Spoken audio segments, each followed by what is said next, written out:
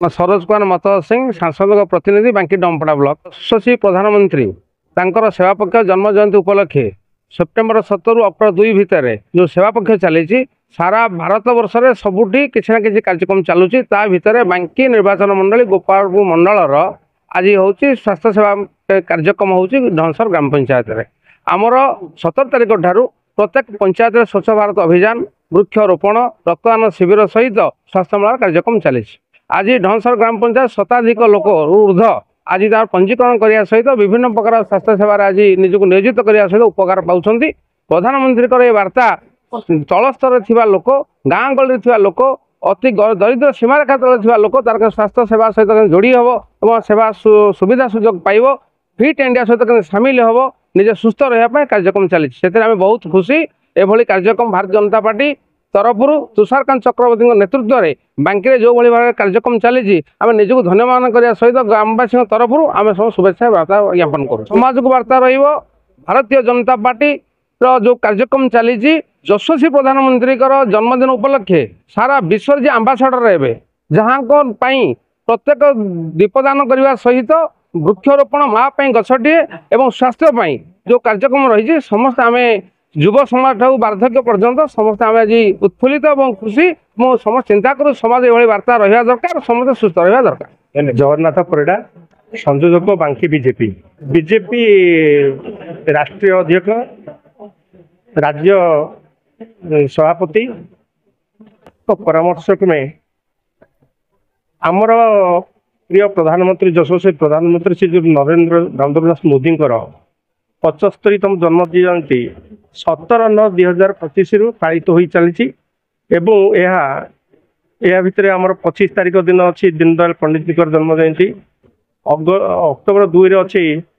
गांधीजी जन्म जयंती शास्त्री जी जन्म जयंती यह गोटे सेवा पक्ष बीजेपी नहीं सेवा पक्ष आम स्वच्छ भारत मिशन एवं लोक मान स्वास्थ्य सेवा परिवेश सुरक्षा गछ लगे माँ पाई गछटे वृक्ष लगेगा एवं आमर रक्तदान शिविर या भितर 17/9/2025 चली आसी आज आम डमपड़ा मंडल रे रक्तदान शिविर आमर कुशपंगी शक्ति केन्द्र निस्तुपुर हराचंडी एमई स्कूल भितर आरंभ होती प्राय 50 ऊर्ध लोक रक्तदान कर सारे आसुंच लोक मैंने स्वेच्छाकृत भाव में आसिक पहुँचती ये रक्तदान शिविर चली रही आम देशर उन्नति सहित लोक मानकर केमिति उन्नति रेशर लोक मैंने केमिति निरोग रे समस्त सेवा मनोवृत्ति रखी बीजेपी तार ये कार्यक्रम को हाथ को नहीं आमर प्रिय नेता जी बांकी बीजेपी अच्छा तुषारकांत चक्रवर्ती बुलू भाई तांकर परामर्श क्रमे आज ढंसर गोटे चली स्वास्थ्य शिविर चली डमपड़ा मंडल में रक्तदान शिविर चली यही कम को बांकी बीजेपी व्यापक भाव में नहीं चलती। प्रिय यशस्वी प्रधानमंत्री नरेंद्र मोदी जी 75तम जन्म जयंती अवसर में आज गोपालपुर मंडल ढंसर पंचायत आज ग्राम पंचायत कार्यालय ठारे ढंसर पंचायत एवं आम मंडल जो 9 पंचायत अच्छी मंडल सभापति नेतृत्व में आज गोटा मेगा स्वास्थ्य सेवा शिविर आयोजन कराई एसीबी रु तो आसती सब अभिज्ञ डॉक्टर मैंने आसती विभिन्न विभाग पाखापाखि 5टी विभाग डॉक्टर मैंने उपस्थित अच्छा चली कार्यक्रम अनुरूप ढंग से आज ये ब्लड डोनेशन कैंप डमपड़ा मंडल में चली देखुते जो भाव में दाड़ी कि लोक मैंने स्वास्थ्य किभली भाव में अच्छी परीक्षा करने डॉक्टर मान सहित जोगाजोग कर डॉक्टर मैंने परीक्षा निरीक्षा कर सब जिन चली सेवा पक्ष सेप्टेम्बर 17 प्रिय प्रधानमंत्री नरेंद्र मोदी जन्मदिन अक्टोबर 2 तारिख पर्यटन गांधी जयंती पर्यंत ये जन्मदिन सेवा पक्ष 15 दिन पालन कर विभिन्न प्रकार कार्यक्रम जोड़ाई आप देखो खाली स्वास्थ्य सेवा शिविर नुह कि ब्लड डोनेशन कैंप नुहे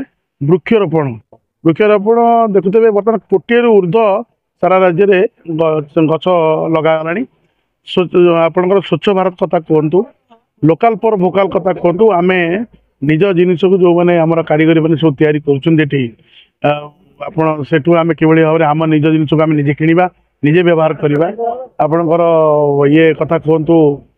ବ୍ଲଡ୍ ଡୋନେସନ୍ କଥା କୁହନ୍ତୁ ତାପରେ ଆହୁରି ବିକଶିତ ଭାରତର ଯେଉଁ ଅଛି ଯେଉଁ ସବୁ ଯୋଜନା ଯେଉଁ ଚାଲିଛି ସବୁ ଲୋକପ୍ରିୟ ମୁଖ୍ୟମନ୍ତ୍ରୀ ମୋହନ ମାଝୀ ଏବଂ ପ୍ରିୟ ପ୍ରଧାନମନ୍ତ୍ରୀ ନରେନ୍ଦ୍ର ମୋଦିଙ୍କର ଯେଉଁ ବିକଶିତ ଓଡ଼ିଶା ବିକଶିତ ଭାରତର ଯେଉଁ ଯୋଜନା ସବୁ ଚାଲିଛି ତା ଉପରେ ମଧ୍ୟ ଆଲୋଚନା ଚାଲୁଛି ବିଭିନ୍ନ ପ୍ରତ୍ୟେକ ଦିନ ବିଭିନ୍ନ କିଛି ନା କିଛି କାର୍ଯ୍ୟକ୍ରମ ଏ 15 ଦିନ ଧୁମଧାମରେ ଚାଲିଛି ଆଜି ତ ଆହ୍ୱାନ ଦେବାକୁ ଚାହେଁ ଯେହେତୁ ଏ ସେବା ପକ୍ଷ ଚାଲିଛି ଆସନ୍ତୁ ଆଜି ଯେଉଁ ମେଗା ସ୍ୱାସ୍ଥ୍ୟ ସେବା ଶିବିର ହଉ ବୃକ୍ଷରୋପଣ ହଉ ସ୍ୱଚ୍ଛ ଭାରତ ହଉ ବ୍ଲଡ୍ ଡୋନେସନ୍ କ୍ୟାମ୍ପ ହଉ ଲୋକାଲ ପର ଭୋକାଲ କଥା କୁହନ୍ତୁ ଯେ ହଉ ଏଥିରେ ସମସ୍ତେ ଦଳ ମତ ନିର୍ବିଶେଷରେ ଆସନ୍ତୁ ସମସ୍ତେ ମିଶି ଆମେ ସହଯୋଗ କରିବା ଏ ସ୍ୱାସ୍ଥ୍ୟ ଶିବିର ବ୍ଲଡ୍ ରକ୍ତଦାନ ଏକ ମହତ୍ୱପୂର୍ଣ୍ଣ କାମ ଏଥିରେ ସମସ୍ତେ ଯୋଡ଼ି ହେବା ନିଶ୍ଚିତ ଭାବରେ ଓଡ଼ିଶାର ଏବଂ ବାଙ୍କି ନିଶ୍ଚିତ ଭାବରେ ବିକାଶ ଦିଗରେ ଆଉ ଗୋଟେ ସ୍ଥାନକୁ ଶୀର୍ଷ ସ୍ଥାନରେ ପହଞ୍ଚିବ ଏହା ହେଉଛି ମୋର ଆହ୍ୱାନ। ଆମ ଘର ହେଉଛି ପୁଷ୍ପଙ୍ଗୀ। ଆଜି ଆପଣ ଆସିଥିଲେ ରକ୍ତଦାନ କରିବା ପାଇଁ କ'ଣ କହିବେ ସେବା ପକ୍ଷରେ ରକ୍ତଦାନ ଶିବିର ଚାଲିଛି? ନାଇଁ ମୁଁ ବର୍ତ୍ତମାନ ଖବର ପାଇଲି ଯେ ଏଠି ଗୋଟେ କ'ଣ ବ୍ଲଡ୍ ଡୋନେସନ୍ କ୍ୟାମ୍ପ ହେଉଛି ତେଣୁ ମୁଁ ଯେତେବେଳେ ଖବର ପାଇଲି ଏଠି ହେଉଛି ମୁଁ ସ୍ୱଇଚ୍ଛାରେ ଆମେ ଯେହେତୁ ପୁରା ସମ୍ପୂର୍ଣ୍ଣ ସୁସ୍ଥ ଅଛୁ ତେଣୁ ସେଥିପାଇଁ ମୁଁ ଆସିଲି ଆଜି ଯେଉଁ ରକ୍ତଦାନ ହେଉଛି ରକ୍ତଦାନ ମୋ ଜୀବନ ଦାନ ତେଣୁ ସେ ସକାଶେ ମୁଁ ସ୍ୱତଃ ଆସିକି ଏଠାରେ ଆଜି ନିଜକୁ ନିଜେ ରକ୍ତଦାନ କରେ। କେତେ ଉତ୍ସାହିତ ଅଛନ୍ତି ରକ୍ତଦାନ? ହଁ ମୁଁ ତ ନିଜକୁ ନିଜେ ମାନେ ମୁଁ ଖୋଜୁଥିଲି ଗୋଟେ ବ୍ଲଡ୍ କ୍ୟାମ୍ପ ପାଖରେ ହେଲେ ଯାଇକି ବ୍ଲଡ୍ ଦେବି ବୋଲି ତେଣୁ ମୁଁ ଯେହେତୁ ଖବର ପାଇଲି ଆମର ଏଇ ଅରାଚଣ୍ଡୀ ବିଦ୍ୟା ମନ୍ଦିରରେ ହେଉଛି ତେଣୁ ମୁଁ ଆସିକି ବ୍ଲଡ୍ ଦେଲି। ସମାଜକୁ ବାର୍ତ୍ତା ଦେବେ? ସମାଜକୁ ଆମର ବର୍ତ୍ତମାନ ହେଉଛି ସମସ୍ତେ ଆସିକି ସୁସ୍ଥ ନିଜ ମନ ଇଏରେ ଆସିକି ବ୍ଲଡ୍ ଦାନ କରିବାଟା ଭଲ। ଏ ଦ୍ୱାରା ଆମେ ଯଦି ସୁସ୍ଥ ରହିକି ଆଉ ଅଲଗା ଯଦି କାହାର ଗୋଟେ ଜୀବନ ରକ୍ଷା କରିପାରିଲେ ତାଠୁ ଆମେ ଆଉ ସମାଜକୁ ଆଉ କ'ଣ ଦେଇପାରିବା ତେଣୁ ସେଥିପାଇଁ ରକ୍ତଦାନ ହିଁ ଜୀବନ ଦାନ।